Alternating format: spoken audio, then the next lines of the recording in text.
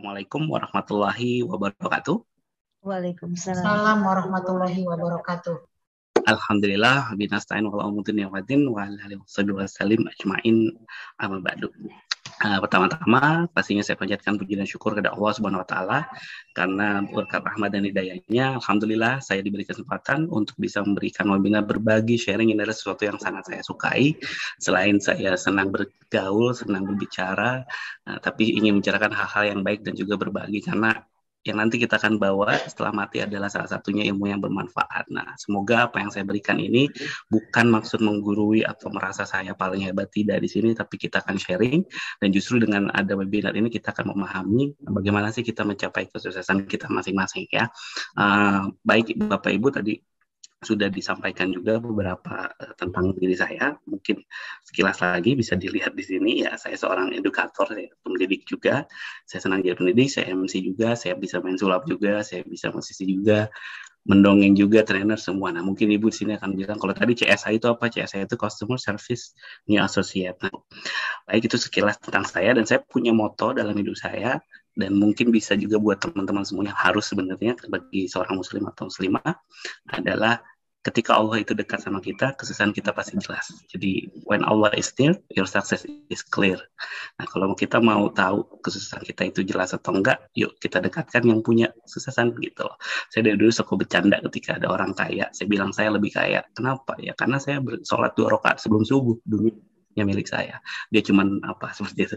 Itu bukan bercanda, tapi artinya kita mensugesti diri kita bahwa setiap manusia itu mempunyai value ataupun kemampuan untuk mendapatkan suksesnya masing-masing, bahkan kegagalannya masing-masing. Seperti itu, karena itu adalah bagian dari kesuksesan itu sendiri, ya Ibu ya. Kita punya tujuannya Ibu, objektifnya dari webinar ini adalah ada 3 Ibu ya. Yang pertama, bagaimana kita mengenali siapa diri kita, oke, knowing yourself. Lalu ada preparing yourself. Nah, kita mempersiapkan diri kita dan barulah kita mendapatkan getting your success gitu ya. Nah, pertanyaannya di sini sudah siap apa belum nih? Boleh dibuka mikrofonnya nggak apa-apa biar saya dengar juga. Sudah siap semuanya? Siap. Insya Allah siap. Insya Allah siap ya. Baik, karena sudah siap, masuk ke formulanya aja langsung ya. Jadi apa nih formulanya supaya kita bisa mencapai kesuksesan itu. Baik. Ya, formulanya saya akan bertanya dulu sama teman-teman yang ada di sini, mungkin bisa menjawab apa sih itu sukses? Bagaimana kita mendefinisikan sukses itu sendiri? Ada yang bisa jawab? Boleh? Ini kalau nggak ada yang jawab, nanti kena karma pas lagi ngajar anak-anak ada pertanyaan nggak ada yang nanya. Itu biasanya gitu, Bu. Oke, coba siapa ada yang bisa mempaparkan apa itu sukses, gampang kok. Sukses ya Pak, sukses itu berarti berhasil mencapai apa yang kita cita-citakan. Oke, makasih Bu Mutamina. Ada yang lain? Ini ada yang chatting sukses setelah meraih mimpi. Oke, kalau sukses setelah meraih mimpi, tidur dapat mimpi berarti sukses ya Bu ya. Ada yang lain? Menurut saya sukses adalah tercapainya yang diinginkan dari Pak Alisud. Oke, baik. Ada lagi dari Bu Hesti, sukses ketika kita berhasil mencapai apa yang kita butuhkan. Baik, kurang lebih sama. Oke? Udah, oke, nggak apa-apa. Sip. Baik Ibu, apa yang dipaparkan tadi, apa yang dijelaskan tadi tentang sukses itu tidak ada yang salah, semuanya benar. Nah, tetapi perlu kita ketahui bahwa sukses itu memiliki definisi yang berbeda setiap orangnya. Nah, seperti itu. Kenapa saya tanya tadi? Karena setiap orang memiliki tingkat kesuksesannya masing-masing. Dan bahkan terkadang orang yang merasa tidak pernah ada orang yang merasa sukses sebenarnya. Justru orang lainnya yang menilai bahwa diri kita ini sukses. Seperti itu. Mungkin Bapak Ibu merasa, oh Pak Brian sukses, sudah di sini. Ya, itu orang yang menilai saya. Tetapi kalau tanya pribadi diri lagi sendiri, pasti ada juga kesuksesan-kesuksesan yang sudah dicapai yang lainnya atau kegagalan-kegagalan yang saya alami. Seperti itu, begitupun Ibu dan Bapak. Nah, jadi untuk mendefinisikan sukses ini adalah kalau tadi secara umumnya adalah sesuatu yang kita ingin tercapai. Misalnya saya mau pergi ke Bogor nih pulang misalnya. saya nyampe lah ke Bogor. Nah, akhirnya tercapai. Itu adalah sebuah kesuksesan. Jadi, inti dari sukses ini banyak, Ibu. Nah, yang terpenting bagaimana kita mensyukuri kesuksesan yang sudah kita dapat. Artinya apa yang kita pengen dapat, atau bahkan sesuatu yang tidak kita inginkan pun terus terjadi, bisa jadi itu adalah salah satu langkah untuk mendapatkan kesuksesan itu sendiri. Seperti itu, Ibu ya. Nah, oleh karena itu, saya sudah merangkum ada 5 formula yang bisa kita terapkan dalam hidup kita, dan 5 formula ini sangat penting yang kadang kita lupakan dan sangat, bahkan mungkin kita tidak sadari sebenarnya kita sudah melakukan ini gitu. Jadi ini saya rangkum secara umum dari perilaku orang-orang yang menurut saya mereka mendapatkan kesuksesan itu ya. Baik Ibu, apa aja 5 formulanya? Nah, bisa dilihat di sini. Untuk 5 formula sukses yang saya miliki, yang pertama itu adalah bagaimana kita membangun pola pikir yang berkembang, Bu. Bahasa Inggrisnya adalah growth mindset. Ya, ini kadang kita suka lupa. Kita selalu berada di zona nyaman, tidak pernah mau mencoba sesuatu yang baru. Tidak pernah mau mencoba, tapi tidak pernah mau cari tahu, terkadang seperti itu. Nah, yang kedua adalah bagaimana kita tingkatkan kecerdasan emosional. Nah, ini ada menjadi faktor salah satu orang itu ketika tidak memiliki kecerdasan emosional yang baik, itu akan terjadi sebuah kriminalitas, sebuah sesuatu yang bahkan buruk terjadi kepada dirinya sendiri. Nah, yang ketiga, tadi akan bahas adalah formulanya adalah tentang meningkatkan kekuatan mental kita. Nah, ini juga kadang kita lupakan ya Bu ya, Bapak Ibu guru terlalu banyak sibuk mengerjakan tugas-tugas sekolah, sampai rumah pun masih mengerjakan tugas-tugas sekolah yang seharusnya tidak usah dikerjakan. Karena itu adalah waktunya Ibu untuk diri Ibu sendiri atau Bapak Ibu. Nah, itu yang kadang kita lupakan adalah tentang self-care kita Ibu. Ya, ini juga tidak baik. Nah, yang keempat adalah bagaimana kita memperkuat kemauan. Nah, kenapa saya bilang harus memperkuat kemauan? Buktinya kayak sekarang. Saya tahu kalau anggota IGI di Kota Bogor itu kurang lebih ada 556 anggota. Nah, tetapi di sini yang masuk untuk acara ini kurang lebih ada 18 orang. Nah, artinya sebagian mungkin berhalangan hadir, tapi mungkin ada juga sebagian yang belum mempunyai kemauan, tapi saya selalu berpikir positif, mungkin mereka belum bisa hadir. Tapi di sini saya sangat apresiasi teman-teman yang punya kemauan untuk mengikuti webinar ini. Seperti itu. Ya. Yang kelima adalah fokus pada motivasi intrinsik. Nah, biasanya kan motivasi itu selalu dari eksternal ya. Nah, tapi yang paling mudah memotivasi diri kita sendiri adalah dari diri kita sendiri. Nanti kita bahas gitu. Ya, ketika saya pengen memberikan seminar ini atau webinar ini kepada teman-teman, itu adalah karena ada motivasi dari diri saya sendiri. Apa sih yang pengen saya capai? Seperti itu. Ya. Nah, sampai di sini penasaran nggak nih Bu sama 5 formula ini?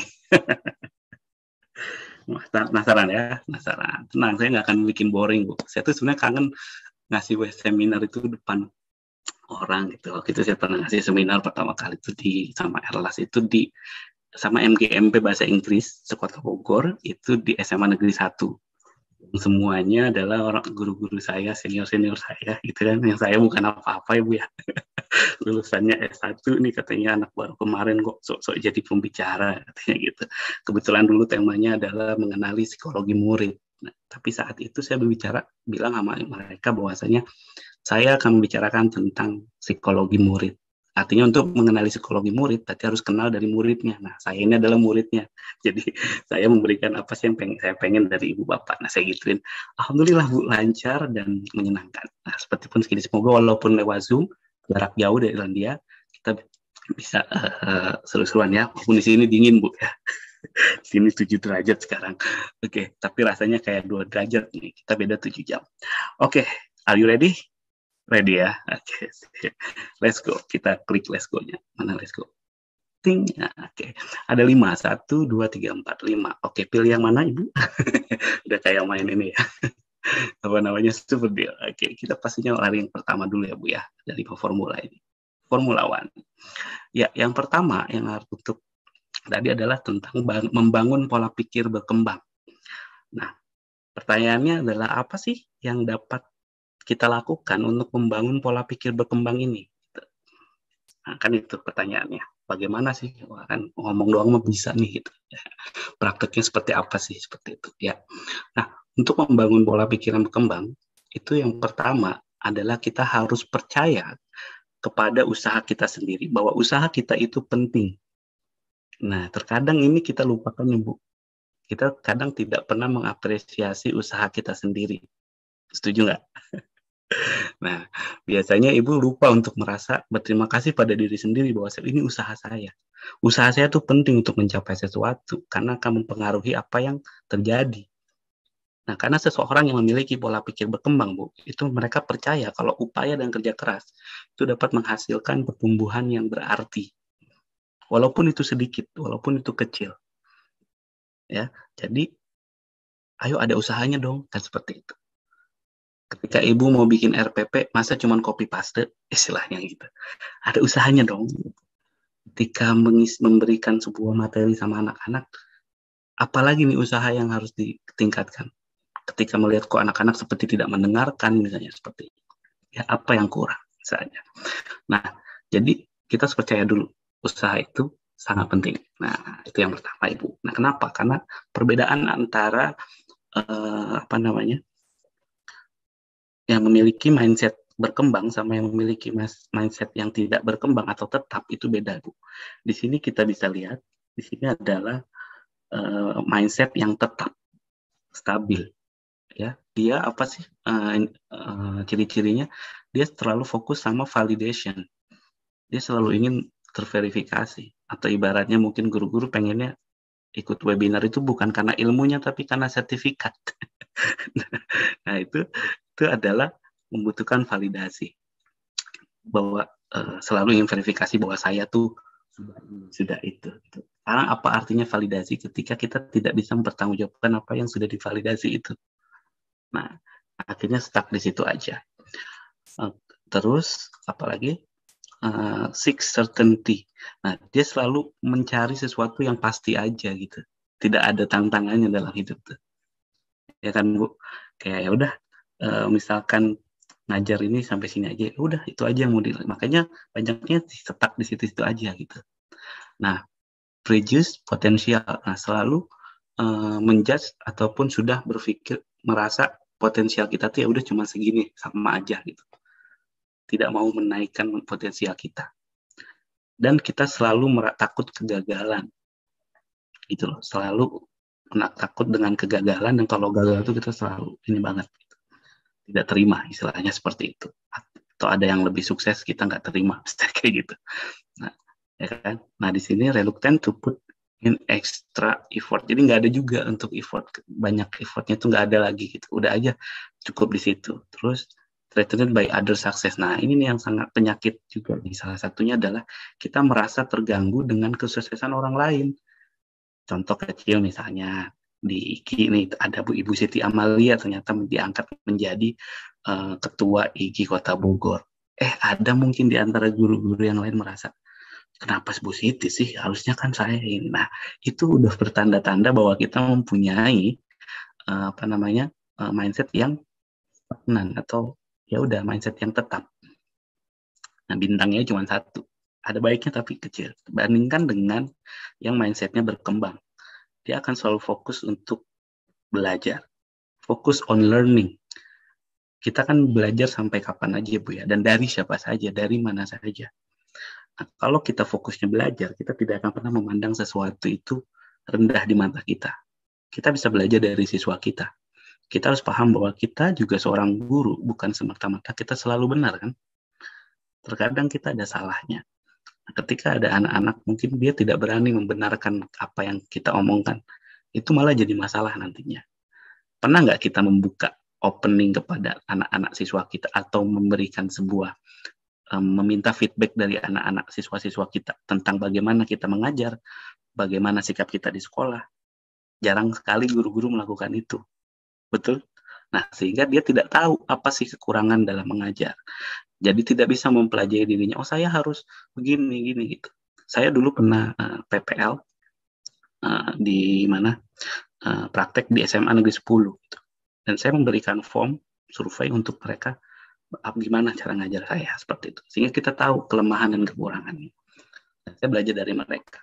Seek challenging. Nah, kita selalu mencari sesuatu yang ada tantangannya gitu loh.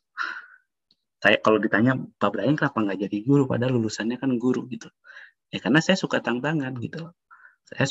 Kadang saya suka berpikir gini, banyak guru-guru mengeluh bahwasannya, ya guru mah apalah gajinya cuma segini, misalnya seperti itu. Kenapa dia lebih memilih mengeluh dibandingkan dia harusnya lebih memilih untuk mengembangkan diri supaya bisa mendapatkan gaji yang besar atau punya income yang lebih besar dari yang dia tidak inginkan itu gitu loh. Nah, artinya kan tidak ada keikhlasan dalam mengajar di situ. Makanya saya merasa saya tahu gaji guru segitu, makanya saya mencari tantangan yang lain. Ada juga kok yang gurunya gajinya 10 juta nggak ada di sekolah tertentu. Tapi pantas nggak kita digaji segitu dengan kompetensi yang sekarang kita miliki? Nah, kita harus bisa menyesuaikan. Perlunya tantangan dan pembelajaran. Dan selalu mencari improvement yang terjadi. Apa sih perubahan tahun ini, tahun besok, seperti itu. Grow from failure. Nah, kita orang-orang dengan mindset yang bagus itu kita selalu belajar dari kegagalan, menerima kunci dari kesuksesan, usaha untuk menjadi sebagai kunci kesuksesan kita, dan learn from other success, belajar dari kesuksesan orang lain. Nah, itulah perbedaannya, mindset yang tetap dan mindset yang kurang. Jadi, pola pikir yang berkembang itu penting ya. Yang kedua, itu kita harus pelajari keterampilan baru. Saat dihadapkan pada tantangan, maka carilah cara untuk mengembangkan pengetahuan dan keterampilan yang dibutuhkan untuk meraih kesuksesan itu. Oke, Ibu tadi lihat ini saya, profil saya. Pak Brian menyanyi juga, main sulap juga, dongeng juga. Mungkin itu skill-skill yang kadang kita nggak ada, ngapain sih belajar kita. Ternyata semua itu membuat saya menjadi pribadi yang punya skill-skill yang ternyata dibutuhkan juga ketika saya kerja di sini gitu. Berbicara, menjadi pembicara. Terus ketika saya di interview pun, ketika interview untuk dapat kerja di sini, saya pakai sulap juga Bu, gitu. Ketika ada pertanyaan, how you deal with stress? Bagaimana saya dealing dengan stress? Nah, saya akan praktekkan ulang ya di sini. Saya bilang, just imagine this is handkerchief is my stress. Ini kehalangan ya. kita balik dulu ke ini yang nggak kehalangan. Nah, anggap ini stresnya, saya bilang gitu. Kalau kita stres ya kita taruh aja nih di tangan kiri kita stresnya. Artinya kita istirahat dulu, ambil minum kopi, saya bilang kayak gitu. Istirahat, ngobrol-ngobrol yang lain, lupain sejenak kerjaan, baru hilang deh, saya bilang kayak gitu. Nah, jadi stresnya udah hilang gitu. How did you do that? Iya, tapi kalau yang tadi stres itu nggak akan pernah hilang, saya bilang. Tapi bagaimana kita membuat stres tadi menjadi sesuatu yang baik? Misalnya, tadi kan stresnya hilang di tangan kiri. Nah, kita kembalikan stres tersebut, tapi memproduksi sesuatu yang baik dari tangan yang baik. Seperti itu. Nah, ketika kita memberikan pesan sambil bermain ini, dia suka, how did you do that?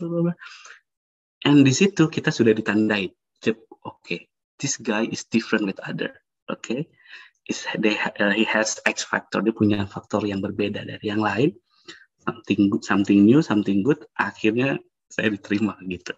Nah, kenapa kita nggak coba itu tantangan itu kayak gitu? Dan ketika mengajar itu, ketika kita melakukan itu sama anak-anak misalnya, itu anak-anak akan merasa bahwa nggak nyangka ternyata si ibu bisa ini, akhirnya curious, semakin ingin tahu, dan akhirnya pasti menemukan kita sampaikan seperti itu. Gimana, mau belajar sulap? Nanti kita buat lagi ya. Nah, jadi kayak gitu ya Bu ya, kita coba keterampilan baru. Saya sekarang lagi ngambil kursus yang memang difasilitasi oleh Accenture, dibayarin gitu ya sama kantor. Itu saya sekarang lagi mengambil project management.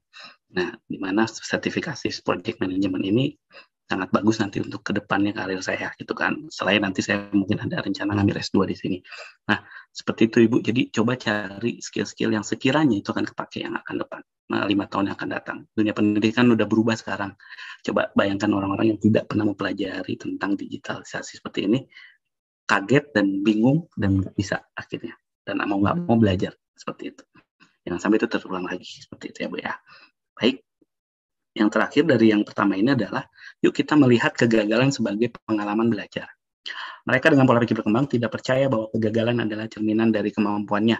Sebaliknya, mereka melihatnya sebagai sumber pengalaman berharga yang darinya mereka dapat belajar dan meningkatkan. Saya pernah gagal nggak? Banyak Bu. Main sulap pernah gagal? Sering. Tapi dari situ kita belajar. Saya pernah sulap mau ngeluarin api. Apinya nggak bisa mati, tangan saya kebakar. Depan orang banyak, malu ya kan. Ya, tapi kita belajar. Pernah jadi kalau dulu ajudan upacara dan sebagainya, itu kan pengalaman ya. Pasti ada aja seperti itu. Nah, itu kita jadikan sebuah pengalaman, bukan sebagai ya kita pengalaman dan kita belajar. Saya yakin Ibu Bapak sudah paham soal ini. Baik. Itu yang pertama. Alhamdulillah yang satu udah selesai. Kita masuk yang kedua. Nanti moderator mungkin diingatkan kalau memang waktunya sudah sedikit lagi ya. Ini agak banyak ya materi. Nanti diingatkan. Ya, nomor 2 ya, agak cepat. Nah, yang tadi nomor 2 adalah bagaimana kita meningkatkan kecerdasan emosional kita. Nah, apa yang Anda dapat lakukan untuk meningkatkan kecerdasan emosional? Bu, kita tuh harus sadar bahwa kecerdasan emosional ini, secara umum kecerdasan itu sudah lama diyakini sebagai salah satu faktor yang berkontribusi terhadap kesuksesan seseorang. Baik itu di berbagai bidang kehidupan, tetapi beberapa ahli juga menyarankan bahwa kecerdasan emosional sebenarnya lebih penting dari kecerdasan yang lainnya. Karena kecerdasan emosional ini mengacu pada kemampuan untuk memahami, memanfaatkan, dan bernalar dengan emosi. Ya, jadi harus berakal sehat. Nah, orang cerdas secara emosional mampu memahami tidak hanya emosi mereka sendiri, tetapi emosi orang lain juga. Nah, di sini adalah empati, Bu. Gitu. Ibu pernah nggak sih kalau memahami bagaimana sih behavior atau emosinya anak-anak kita di sekolah, di kelas? Apakah kita terlalu selfish, memikirkan kita aja, memaksa mereka untuk mengikuti apa yang kita inginkan? Nah, itu kan harus tanya juga. Bagaimana kita memahami kondisi mereka yang mungkin habis pelajaran kedua, ketiga, keempat siang itu ternyata dia tidak bisa konsentrasi. Lalu apa yang bisa kita perbuat gitu. Nah, itu harus bisa kita pahami itu. Ketika kita memahami, maka mereka juga akan mengerti. Nah, kecerdasan emosional sangat penting. Bagaimana kita mengatur emosional kita. Ya, Bu ya. Akannya ada guru-guru yang mungkin emosinya tinggi gitu kan. Tapi kalau orang-orang yang mampu meninikan kecerdasan emosionalnya dengan baik itu sangat baik hasilnya seperti itu. Banyak anak-anak juga atau kita orang-orang yang akhirnya melakukan tindakan kriminal karena kecerdasan emosional yang kurang baik. Ya. Lalu bagaimana sih untuk meningkatkan kecerdasan emosional itu? Ya, yang pertama kita harus memperhatikan emosi kita sendiri. Fokus untuk mengidentifikasi apa sih yang kita rasain gitu. Kalau sedih ya udah nangis gitu. Jangan sok-sok tegar gitu kan istilahnya. Ya gitu. Terus kalau kangen ya bilang kangen. Kayak gitu. Karena kita manusia biasa. Dan juga cari tahu atau identifikasi apa sih yang menyebabkan perasaan itu terjadi. Kita nggak tahu kenapa kita marah gitu. Sehingga kita fokusnya di marahnya aja. Sehingga kita tidak paham bagaimana menanggapi atau menyikapi kemarahan yang kita miliki atau bahkan kemarahan orang lain seperti itu. Karena kita tidak pernah fokus sama emosi kita. Emosi di sini bukan cuma marah ya Bu ya. Senang, sedih, suka, duka itu juga sebuah emosi gitu ya. Cemberut apa itu masuk emosi kita. Nah, pahami dulu apa sih sekarang nih rasanya senangkah? Ketika senang nih apa sih menyebabkan aku senang? Wah, ternyata melakukan hal ini belajar sesuatu yang baru. Nah, ketika tahu penyebabnya, maka kita akan mencari lagi untuk membuat kita tetap senang. Ketika kita tahu kenapa sih aku marah, oh penyebabnya ini.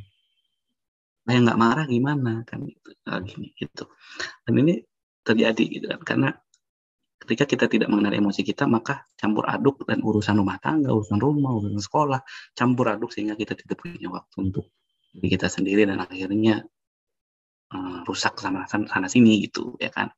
Saya juga di sini ketika merasa saya kangen sama anak saya kangen. Udah saya nangis. Saya menangis, biarkan diri saya menangis. Terus apa yang saya lakukan? Kenapa perasaan ini hadir? Ya karena saya jauh. Lalu apa yang bisa menenangkan hati saya?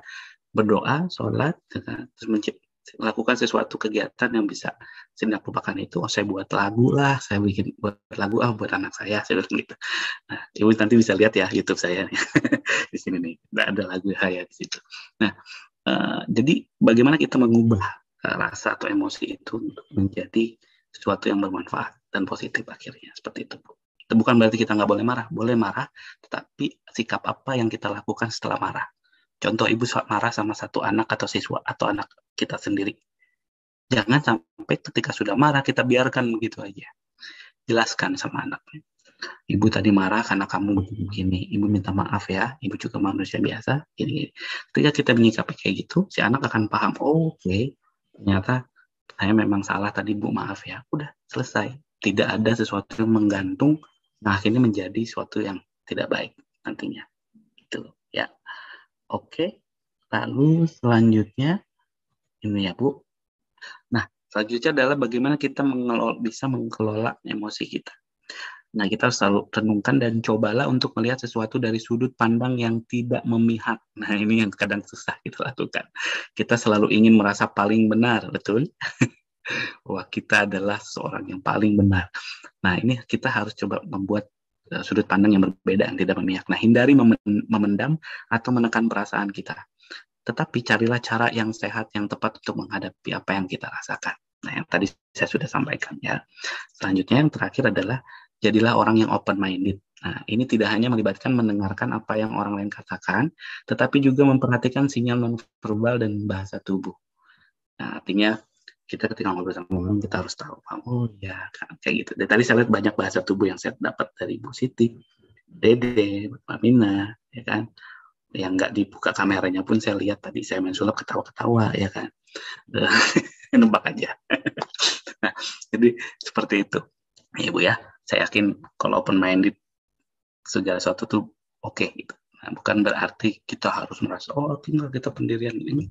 Terima dulu, nanti kita sortir sesuai dengan ini kita. Saya di sini harus open-minded gitu. Tapi saya punya prinsip juga gitu.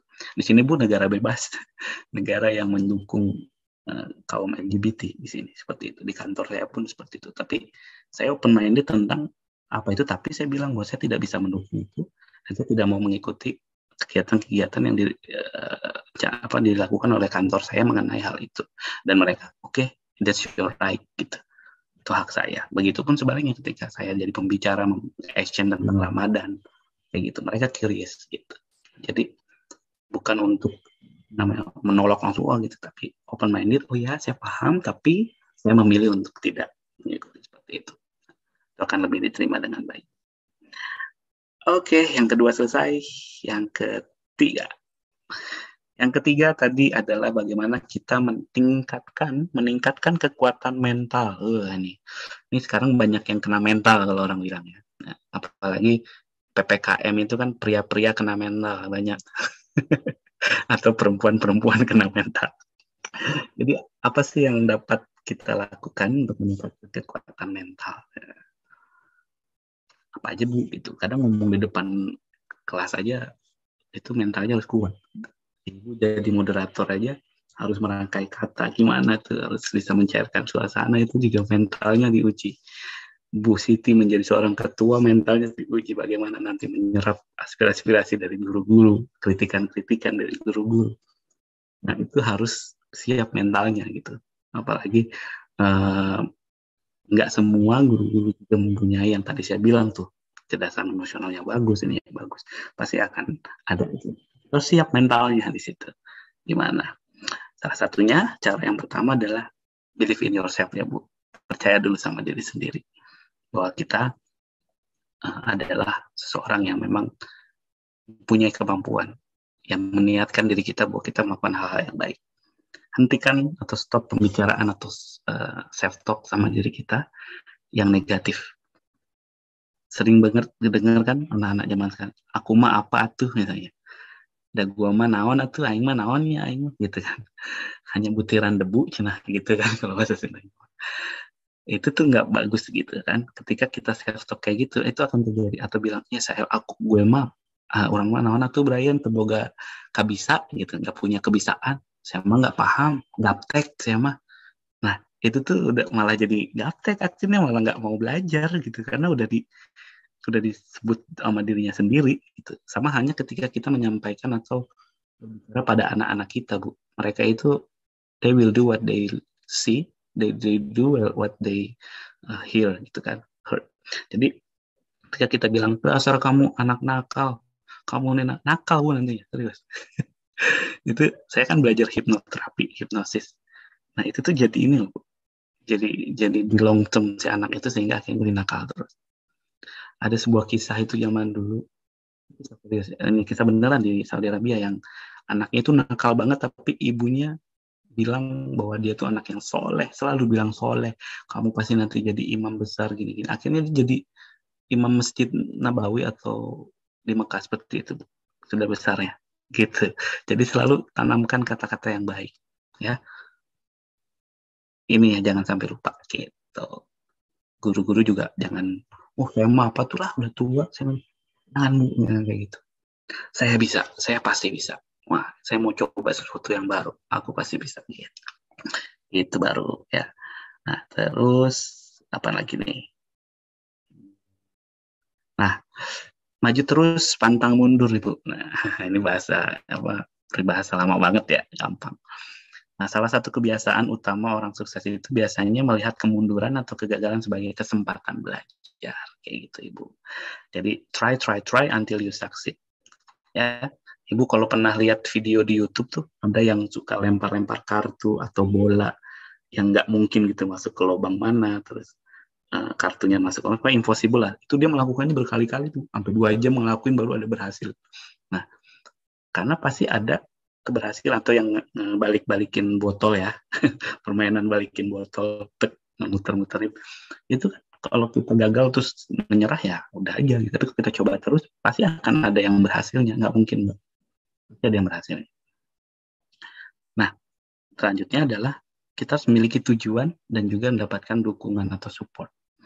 Orang yang bermental kuat itu tahu bahwa untuk mencapai sesuatu itu mereka perlu memulai dengan memiliki tujuan. Kalau kita nggak punya tujuan, apa yang mau kita capai, mental kita apa gitu kan. Terus untuk melakukan sesuatu sendiri itu kan bisa jadi sulit. Nah, maka dari itu kita memiliki sistem pendukung yang kuat yang dapat mempermudah segalanya. Siapa aja sih sistem pendukung itu gitu kan. Pendukungnya tuh siapa aja misalnya kayak gitu. Ya, kayak mentor misalnya, coaching ya. Mentor, teman-teman, rekan kerja atau bahkan anggota keluarga itu adalah sistem pendukung yang dapat mendukung kita dalam keadaan yang sulit menjadi lebih baik. Nah, misalnya ada yang memberikan saran, bantuan, kan, yang bisa meningkatkan peluang Anda untuk menjadi lebih sukses kayak gitu. Makanya yang tadi ini penting banget gitu ya Bu ya, support ini penting banget. Yang sudah bersuami ya, suami supportnya gitu. Ya, terus yang istri punya istri supportnya kayak gitu. Anak juga menjadi sistem support, teman gitu ya. Dan acara seperti ini, webinar ini juga menjadi salah satu sistem support yang kita miliki gitu. Semoga menjadi sistem support. Nah, sudah yang ketiga, langsung keempat ya. Tetap nih, lamain di Q&A aja. Oke, yang keempat adalah formulanya yaitu perkuat kemauan Anda. Nah, sudah ada kemauan nggak nih? Gitu. Strategi apa yang dapat Anda gunakan untuk meningkatkan kemauan Anda? Ada pepatah kan, there is a way, there is a will, there is a way. Di mana ada kemauan, situ ada jalan. Gitu kan? Iya nggak? Nah, kayak gitu. Di mana ada uang, di situ ada belanjaan. Kan gitu. Gitu juga kan, kalau nggak ada uang, nggak ada belanja. Gitu. Saya selalu bilang kalau hubungan suami istri itu seperti workshop gitu. Kenapa? Karena laki-laki yang working, perempuan yang shopping gitu. Jadi workshop jadinya. Ya kan? Nah, seperti itu. Ya, bagaimana sih memperkuat? Cuman satu nih saya kasih di sini. Untuk memperkuat kemauan Anda adalah cuman practice, Bu. Kunci. Ya, melatih diri kita. Melatih diri kita untuk mencapai sesuatu yang kecil aja dulu yang kita miliki. Kalau yang kecil aja kita masih dientar-entar, menandakan bahwa Anda masih jauh dari kata sukses. Sholat misalnya. Itu kan masih simpel, 5 menit aja kok masih dientar-entar kan gitu istilahnya. Nah, itu nggak ada kemauan, berarti kan kemauan untuk menunaikan sholat misalnya. Tidak ada kemauan untuk menunaikan sholat misalnya. Yaitu melatih diri. Kalau kita sudah dilatih, Bu, ada kemauan, maka sesuatu yang bisa, karena kemauan itu ada sesuatu yang bisa kita bangun, tapi membutuhkan waktu dan usaha, dan pengorbanan pastinya. Dan mulailah dengan membuat tujuan kecil yang membutuhkan kemauan untuk mencapainya. Contohnya apa sih? Misalnya nih, kalau perempuan nih, kayak istri saya nih, ini yang sering pasti perempuan siapa aja pasti, aduh aku mau menurunin berat badan, nggak mau makan cemilan. Nah, ada kemauan situ untuk tidak mau makan cemilan. Sudah lakukan, lalu diganti pola makannya apa. Gitu. Tapi kok cuma ngomong doang kan, nggak ada tindakan, berarti belum terlatih. Gitu. Nah, jadi mungkin juga Anda menemukan bahwa kemauan Anda itu lebih kuat ketika mengerjakan tujuan lebih besar. Gitu. Aku harus lulus nih S3 tahun ini. Kemauannya besar. Gak punya duit pun harus bisa. Akhirnya bisa gitu. Saya punya kemauan pengen kuliah dulu. Lulus SMA saya 2009. Saya pengen kuliah sambil kerja. Dan saya lulus 2009, saya baru kecapai bisa kuliah dengan biaya sendiri di 2013. Ketika teman-teman saya sudah lulus, saya baru masuk. Gitu. Dan saya juga udah dapat kuliah, saya pengen bangun rumah, saya pengen menikah dengan biaya sendiri dan sebagainya. Ya alhamdulillah itu terjadi ketika saya selalu melatih diri. Ada pepatah bilang, practice make you perfect. Gitu kan. Ya, berlatih membuat kita menjadi sempurna kayak gitu. Berlatih terus, saya main sulap juga berlatih terus Ibu ya. Bagaimana kita dari sesuatu yang nothing to something gitu. Ini kayak gini nih, saya punya ini tangan saya kosong ya, nggak ada apa-apa di sini ya kan, nothing from nothing to something. Nah, ada koinnya. Nah, jangan sampai dari koinnya ini kita juga bisa hilang lagi koinnya. Tapi kalau ditiup, ada lagi. Nah, intinya kita harus percaya diri bahwa kita yakin kalau kita melatih itu akan kita membuat suatu hasil yang baik. Saya untuk berlatih tadi ngeluarin koin itu cukup lama. Saya baru bisa tampilin sama Ibu ya. Seperti itu. Oke. Alhamdulillah cepet nih. 5 sekarang ya. Yang kelima, yang terakhir. Wah, cepet ya. Udah sejam belum nih, Bu? Bu Mutmainah. 6 menit lagi, Pak. 6 menit lagi? Ya. Oke, pas. Oke. Baik. Yang kelima adalah fokus pada motivasi intrinsik. Yang tadi. Lalu apa sih yang dapat kita lakukan untuk meningkatkan intrinsik? Ya. Oke. Ya, yang pertama adalah tetaplah kepo. Wah, kepo. Bahasanya pakai kepo nih biar agak ini. Kepo itu kayaknya budaya Indonesia kepo ya. Coba deh Ibu kalau di jembatan pura-pura ngelihat ke bawah gitu. Itu pasti orang-orang yang lewat ngikutin tuh Bu. Berhenti, ada apa sih? Rame pada nggak ada apa-apa gitu. Nah itu kepo, tapi keponya kok yang kayak gitu sih? Kenapa nggak kita buat kepo yang baik, yang positif gitu. Jadi orang sukses itu cenderung ingin tahu tentang dunia di sekitar mereka. Mereka selalu ingin belajar lebih banyak, termasuk pengetahuan dan keterampilan baru. Nah ini yang harus ini. Tadi kan saya sudah memberikan stimulus sebenarnya. Kayak tadi saya main sulap, mungkin nanti cara saya memberikan presentasi kayak gini, itu di otak kan udah ada curiosity kan. Kalau yang merasa mindset, oh gimana ya caranya ya itu, pengen deh presentasinya kayak gitu, gimana ya caranya tadi main sulap, pengen tahu, itu tuh udah termasuk curiosity yang baik Bu, seperti itu ya. Karena anak ini juga bisa dilakukan pada anak-anak. Ketika kita sebagai guru memiliki sesuatu yang bisa menstimulus anak-anak menjadi kreatif, ya kitanya kreatif dulu Bu. Kita bisa mengundang anak-anak untuk bisa kreatif gitu ya. Nah lalu apa, ada saja kita harus berperan aktif. Kita harus mengontrol apa yang kita lakukan oleh kita sendiri.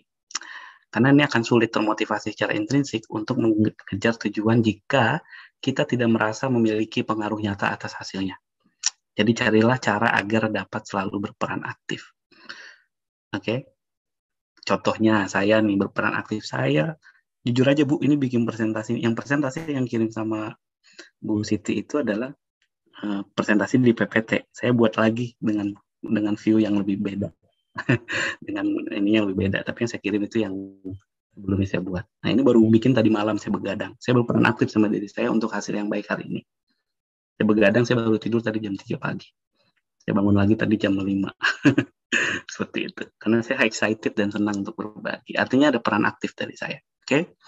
Selanjutnya, terakhir, itu adalah jangan takut berkompetisi, Bu. Berani kompetisi. Kita mau tidak mau, di Indonesia ini budayanya sudah dibuat dari kecil, itu harus berkompetisi. Ya kan? Lagi 1, 2, 3 itu kan. Nah, padahal kan yang harus dilakukan adalah kolaborasi yang tadi disampaikan di awal. Nah, tetapi bukan berarti kompetisi itu tidak baik gitu kan. Tapi bagaimana ketika kita paham untuk berani berkompetisi, dan kita kalau sudah memiliki tadi 4 yang sudah kita jelaskan sebelumnya, emosionalnya bagus dan sebagainya, walaupun kalah dalam berkompetisi, kita tidak akan menjadi seorang yang langsung in the end world gitu ya. Kita masih punya harapan lagi, kita coba lagi, terus lagi. Nah, itu akan berjalan sehingga kita akan selalu berani berkompetisi dengan cara yang baik seperti itu ya. Kan karena mungkin di luar sana masih ada juga orang lain yang juga sama keinginan sama kayak kita. Yang penting kita jangan menyerah gitu kan. Nah, dan ini yang paling penting, jangan pernah membandingkan kemajuan atau perjalanan Anda dengan orang lain atau kesuksesan Anda dengan orang lain. Tapi kalau menjadikan itu untuk motivasi dan inspirasi, nggak apa-apa. Ya, tapi ingatlah bahwa kita semua memiliki jalan yang berbeda. Masalah Bu Siti, Amalia sama masalah saya beda. Belum tentu masalahnya Ibu Siti itu saya ambil, saya bisa menyelesaikan. Belum tentu kalau ditukar gitu kan. Belum tentu masalah orang yang hutangnya 1 triliun, saya hutangnya 5.000 misalnya. Terus dia punya utang 5.000 nih, tukeran sama saya, dia belum tentu bisa bayar. Padahal dia masalahnya triliunan kan gitu. Ya, kita nggak pernah tahu seperti itu. Jadi jangan pernah membandingkan. Oke. Ini Bu, mental orang yang kuat sama mental orang yang lemah. Ya, yang kuat itu adalah bekerja keras untuk mendapatkan apa yang mereka inginkan. Oke. Kalau yang melemah itu merasa bahwa dunia inilah yang memiliki mereka. Nah, jangan dunia menaklukkan kita, tapi kita yang taklukkan dunia itu. Dan dunia ini kan cuma tempat kita meninggal. Jadi apa yang nanti kita akan tinggalkan di sini itu harus sesuatu yang bermanfaat untuk yang kita hidup kita selanjutnya. Ya, itulah 5 formula Ibu Bapak. Jadi saya ambil kesimpulannya, ya, saya akan ambil kesimpulannya sebentar, adalah tidak ada satupun ukuran kesuksesan. Dan tentunya tidak ada jawaban tunggal atau pasti bagaimana menjadi sukses dalam hidup. Namun dengan melihat beberapa kebiasaan orang sukses, Anda dapat mempelajari taktik dan strategi baru untuk diterapkan dalam kehidupan sehari-hari Anda. Kembangkan dan terus kembangkan kemampuan ini, dan seiring berjalannya waktu, insya Allah Anda dapat menemukan bahwa Anda lebih mampu mencapai tujuan dan mencapai kesuksesan yang Anda inginkan dalam hidup Anda, baik di dunia maupun di akhirat. Karena usaha, doa, semuanya adalah bentuk kesuksesan yang kita ingin raih. Tapi kesuksesan sesungguhnya adalah di mana kita diwafatkan dalam keadaan yang baik, husnul khotimah, itu adalah kesuksesan yang luar biasa. Apalagi guru ketika wafat, dia meninggalkan ilmu yang bermanfaat, sedekah jariyah, dan meninggalkan anak-anak yang soleh, menciptakan anak-anak yang soleh, yang akan terus mendoakan. Sampai saat ini saya berdoa terus untuk guru-guru saya yang SD, SMP, SMA, pernah mengajar saya ucapkan banyak-banyak terima kasih, karena Brian hari ini adalah berkat dari dibentuknya saat dulu oleh guru-guru baik yang dulu mungkin saya menganggap itu guru yang galak ataupun yang ramah, tapi ternyata semua itu ada tujuan dan maksudnya sehingga menjadikan saya seperti ini. Dan saya akan tebarkan lagi ilmu mereka ke anak-anak ataupun orang-orang yang lain di sini juga, sehingga terus mengalir amal ibadahnya. Itu dari saya, dan saya kembalikan lagi kepada moderator. Saya ucapkan terima kasih bagi yang mau bertanya atau boleh diinikan. Saatnya Q&A. Terima kasih, hatur nuhun Pak Brian. Ini ada beberapa teman-teman yang WA, Bu Imut keren banget sih, mereka live streaming di YouTube ya Pak ya, banyak yang ngikutin. Oh, Masya Allah. Iya, Bu Imut materinya keren banget, katanya gitu. Ada beberapa yang bertanya. Alhamdulillah. Apa yang mau langsung dulu, apa yang ini Pak, yang apa namanya di chat? Terserah Ibu, boleh di. Oke, saya mau yang dari chat dulu ya Pak ya. Jadi saya sempat ini loh Pak, sempat dek gitu ya, kena banget sama motonya Pak Brian. When Allah is near, your success is clear. Aduh, pantesan ini suksesnya nggak clear-clear, berarti kurang dekat sama Allah gitu ya Pak. Inspiring banget beneran ya Pak. Terima kasih banget, ini motonya keren sekali. Iya. Terima kasih. Pertanyaan dari Pak Arman Widianto. Pak Brian, bagaimana menghadapi rekan yang tak suka akan kesuksesan kita? Kadang-kadang Pak di tempat kerja itu kan ada teman-teman yang satu frekuensi, ada juga yang teman-teman yang circle-nya positif, tapi kadang-kadang ada yang melihat kita bahwa ketika kita sukses kok mereka nggak suka gitu. Nah, bagaimana cara menghadapi rekan yang seperti itu, Pak? Oke, baik. Yang pertama harus kita pahami adalah kita harus paham dulu bahwa apapun yang kita lakukan di dunia ini, langkah apapun yang kita lakukan, pasti akan ada orang yang tidak suka. Makanya kalau lihat di YouTube sekarang nih yang mungkin streaming, di situ ada tombol like sama tombol dislike. Mungkin ada di antara kalian yang ingin mengklik tombol dislike, silahkan. Iya. Kalian mau klik tombol like, silahkan. Tapi kita bisa melihat berapa banyak yang like dan yang dislike-nya. Di situ kan bisa menjadi, kalaupun misalnya yang dislike-nya itu lebih banyak, yang tidak menyukainya lebih banyak dibandingkan yang menyukai, berarti kan itu menjadi kritikan buat kita sama refleksi diri kita bahwasanya berarti apa yang kita sampaikan ini bisa jadi beneran salah nih. Seperti itu. Tapi ketika yang menyukai itu lebih banyak dan yang tidak suka itu lebih sedikit, nah, maka nanti yang tidak suka itu mau tidak mau mereka akan mengikuti kebanyakan atau mayoritas yang melakukan di dalam circle itu. Nah, apalagi kalau kita mengetahui orangnya terlihat banget nih, ini orangnya kelihatan banget dia ini 4S. Susah melihat orang senang, senang melihat orang susah misalnya.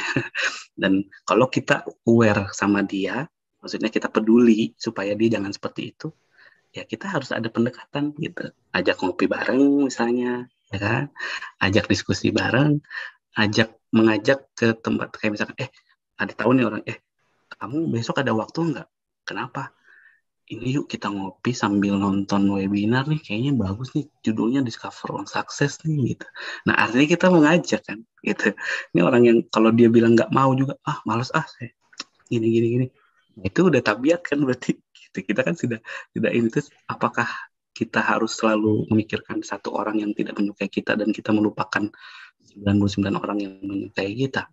Nah, artinya kita syukuri siapa orang-orang yang menyukai kita, dan kita juga syukuri ketika ada yang tidak menyukai kita doakan. Itu aja sih menurut saya. Karena kalau kita fokus sama mereka yang ngomongin kita di belakang, kita yang ada diem nggak akan maju-maju. Kita harus sadar orang-orang yang membicarakan kita di belakang, bahwasannya mereka tetap di belakang kita, bukan di depan kita. Artinya tuh ngomonginnya di belakang nggak di depan gitu. Ya kan? Berarti kan dia langkahnya masih jauh di belakang. Kalau kita misalkan nengok ke belakang, mikirin yang di belakang, kita nggak akan capai sukses yang kita tujuannya ke depan.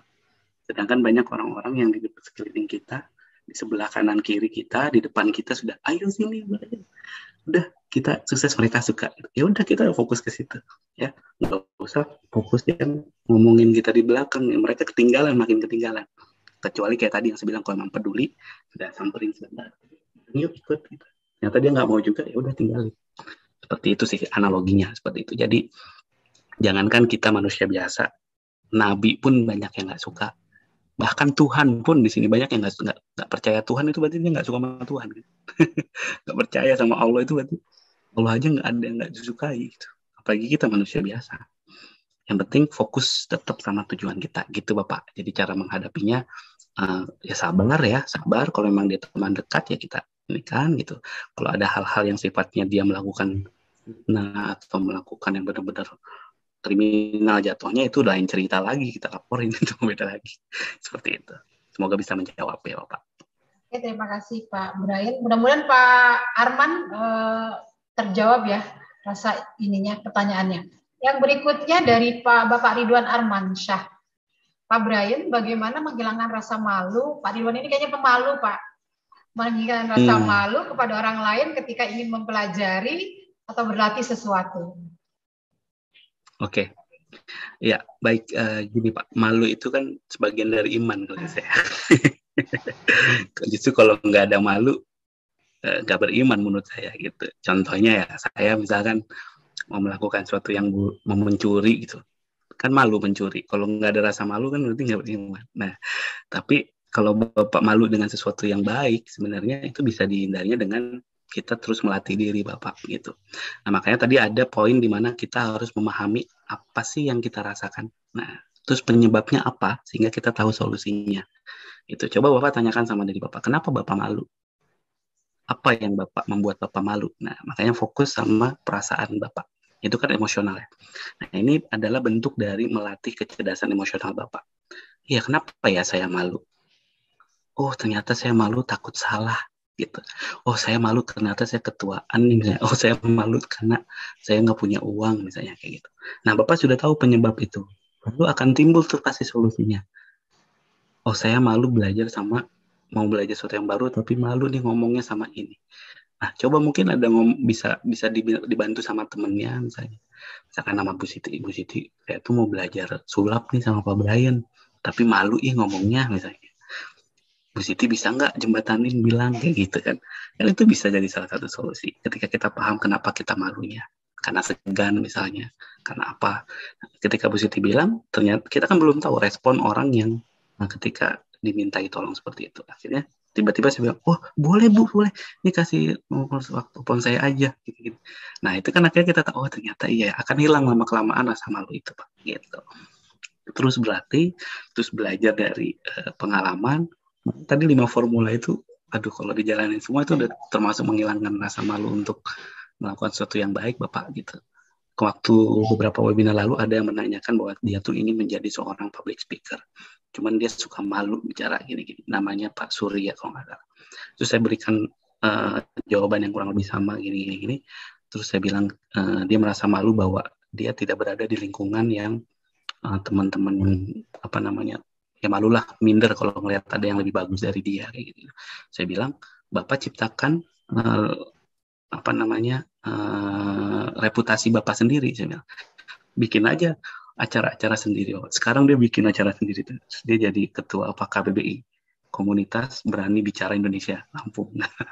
Nah, jadi saya senang lihatnya. Saya lihat postingan Instagramnya, dia berlatih voice over, berlatih ini. Saya bilang, nggak ada malu lagi, akhirnya dia lanjut. Makin kesini saya makin bagus ya, dia bilang. Nah, karena dia sudah melakukan 5 formula ini juga, gitu lah. Motivasi intrinsiknya yang dia pengen jadi MC, dia pengen ini. Dan saya bilang, jangan compare sama yang lain, tapi belajar dari sesuatu yang lain itu nggak apa-apa. Itu, semoga bisa menjawab. Jadi Bapak, pelajari dulu, apa sih yang bikin Bapak malu? Kalau sesuatu itu masih bisa dikasih solusinya, ada solusinya yang mudah. Saya pikir apa sih yang menyebabkan orang malu? Nggak akan jauh-jauh dari kayak nggak enak misalnya, atau ya malu nggak bisa kan kalau malu aja gitu. Pasti ada penyebabnya kenapa malu gitu. Kayak saya misalnya, aduh saya malu nih kenapa jidat saya lebar nih kayak talas Bogor gitu. Tinggal ada solusinya apa ya? Pakai topi itu tuh kan bisa. Apalagi malu apalagi? Oh saya malu nih pakai baju ini. Saya harus ganti bajunya. Kan gitu. Ketika kita sudah tahu, memahami apa yang kita rasakan. Seperti itu. Semoga menjawab. Oke, terima kasih Pak Brian. Pak Ridwan Armansyah, mudah-mudahan terjawab ya pertanyaannya. Baik Bapak Ibu, ada mungkin yang di room ada yang ingin bertanya?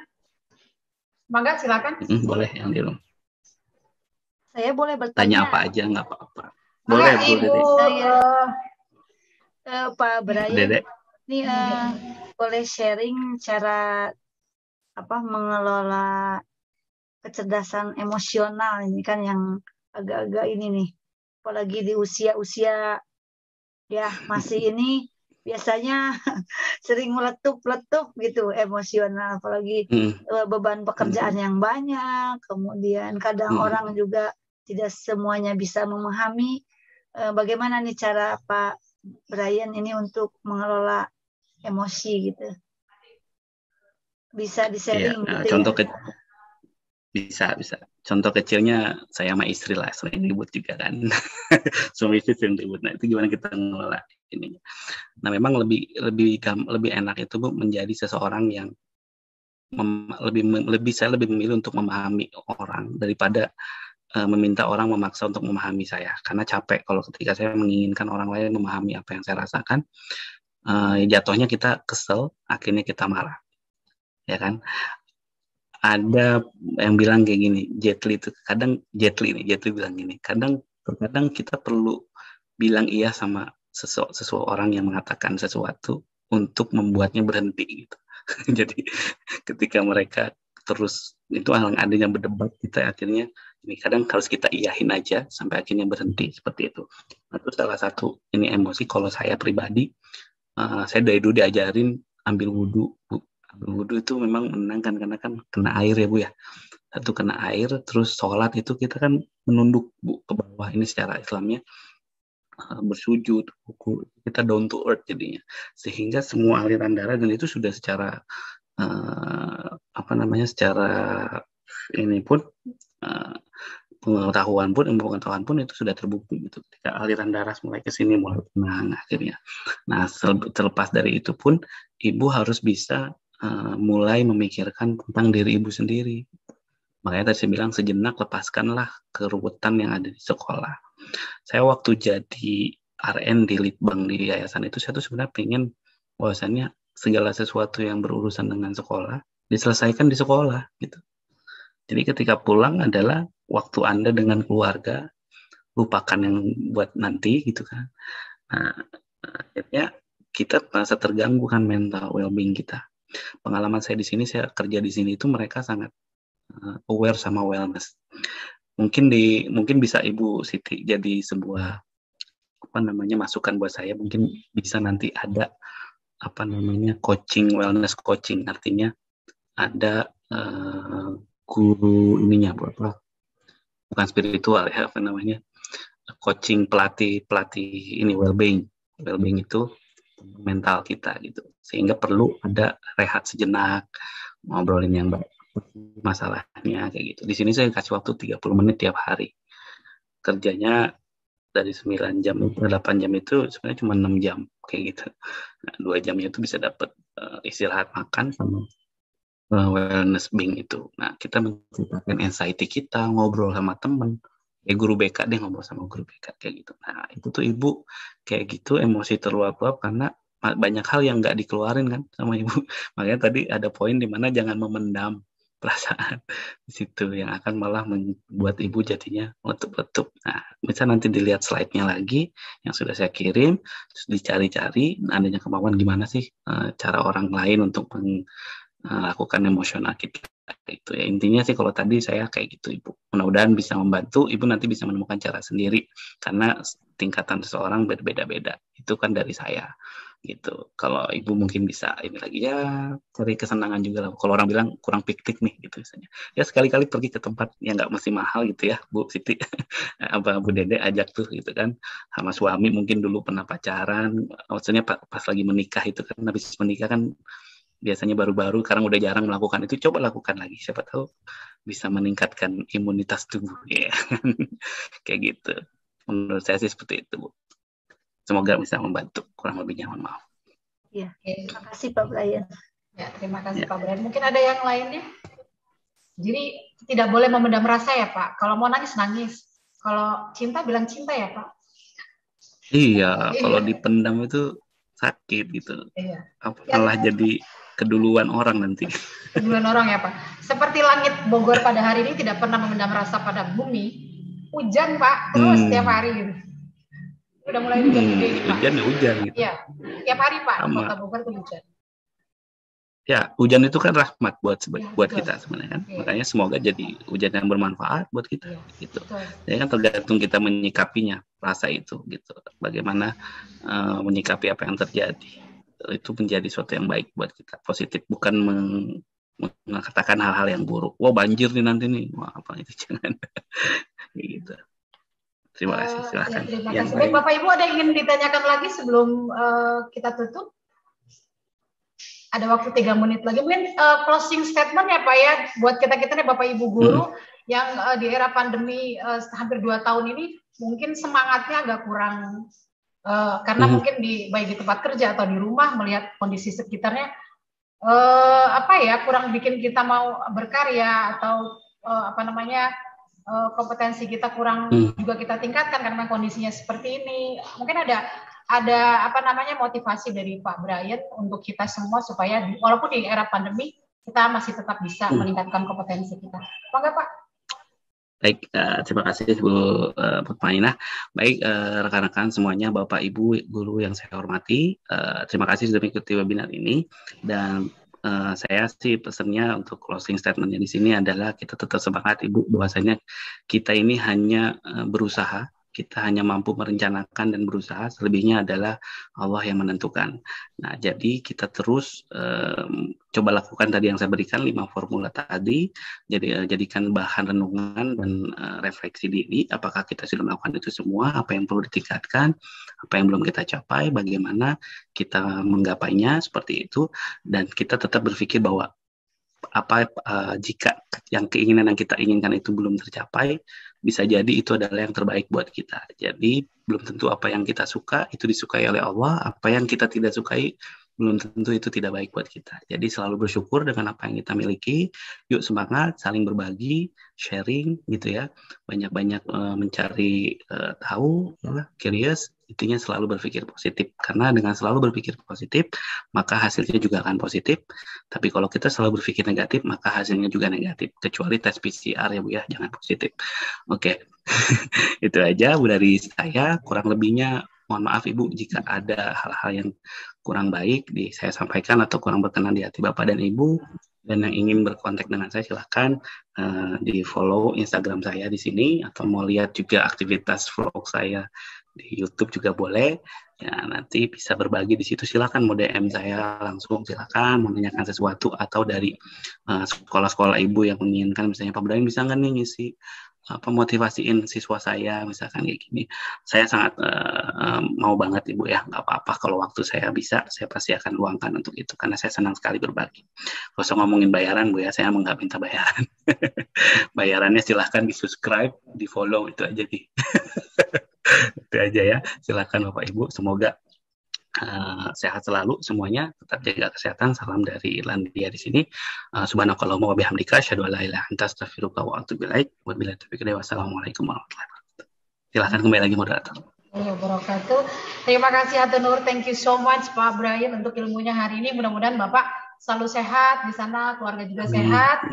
Kemudian bisa kita nanti suatu ketika bisa bekerja sama lagi dengan Pak Brian beserta Indi. Amin, amin. Terima kasih Bapak Ibu atas perhatiannya hari ini. Mohon maaf apabila saya selaku moderator ada hal-hal yang tidak berkenan atau perkataan yang tidak berkenan. Terima kasih. Assalamualaikum warahmatullahi wabarakatuh. Saya kembalikan ke Ibu Dede Mulyana. Mangga. Terima kasih Ibu Mutmainah dan juga Pak Brian ya. Luar biasa sekali materinya. Saya juga lihat di chat baik di sini atau di live YouTube itu apresiasi yang luar biasa buat Pak Brian. Semoga apa yang kita dapatkan hari ini bisa kita aplikasikan ya. Ini mungkin yang paling penting ya. Jadi tidak hanya berupa obrolan tapi ada actionnya juga untuk diri kita ya. Kalau saya bisa menyimpulkan dari diri saya sendiri di sini ada intinya kita harus mau belajar, kemudian juga dari belajar itu kita bisa berkarya. Dalam berkarya kita harus berkolaborasi. Setelah kita bisa berkolaborasi kita harus mau berbagi. Kemudian jangan lupa juga tadi harus bergembira supaya kita tidak stres begitu ya. Dan yang terpenting adalah kita juga mendapatkan keberkahan itu ya dari apa-apa yang sudah kita miliki. Jadi ada nilai manfaat juga untuk orang lain. Begitu ya.